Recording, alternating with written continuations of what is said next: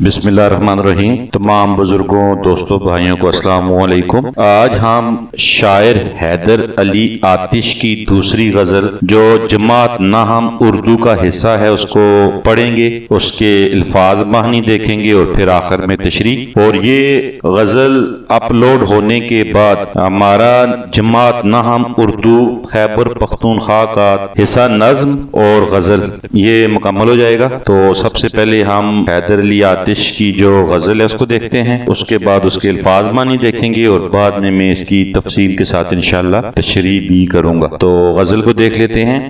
ہوائے دورے مہ خوشگوار راہ میں ہے،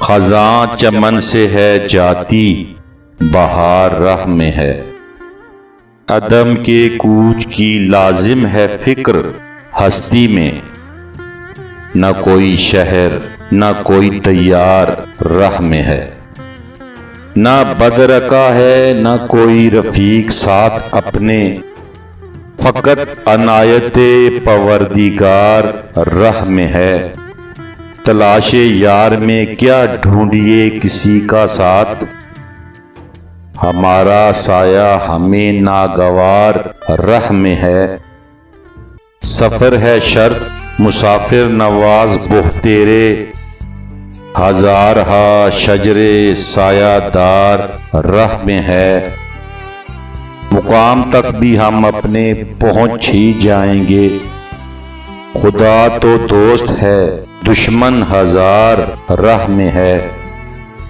تھکیں جو پاؤں تو چل سر کے بل نہ ٹھہر آتش، گلے مراد ہے منزل میں خار راہ میں ہے۔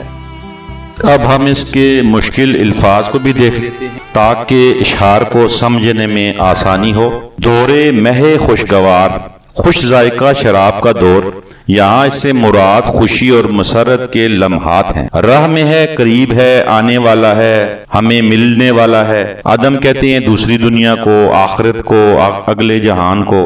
کوچ کہتے ہیں سفر کرنا، روانگی، کہیں چل دینا۔ ہستی کہتے ہیں زندگی کو، دنیا کو۔ تیار کہتے ہیں وطن کو، ملک کو۔ بدرکا رہنما کو کہتے ہیں، محافظ اور نگہبان کو کہتے ہیں۔ رفیق دوست کو، ساتھی کو، ہمدم کو کہتے ہیں۔ عنایت کہتے ہیں کرم، مہربانی۔ ناگوار کہتے ہیں ناپسند ہونا، کوئی چیز بری لگنا۔ مسافر نواز، مسافروں پر کرم کرنے والا، مسافروں کی خبر گیری کرنے والا یا مسافروں کا خیال رکھنے والا۔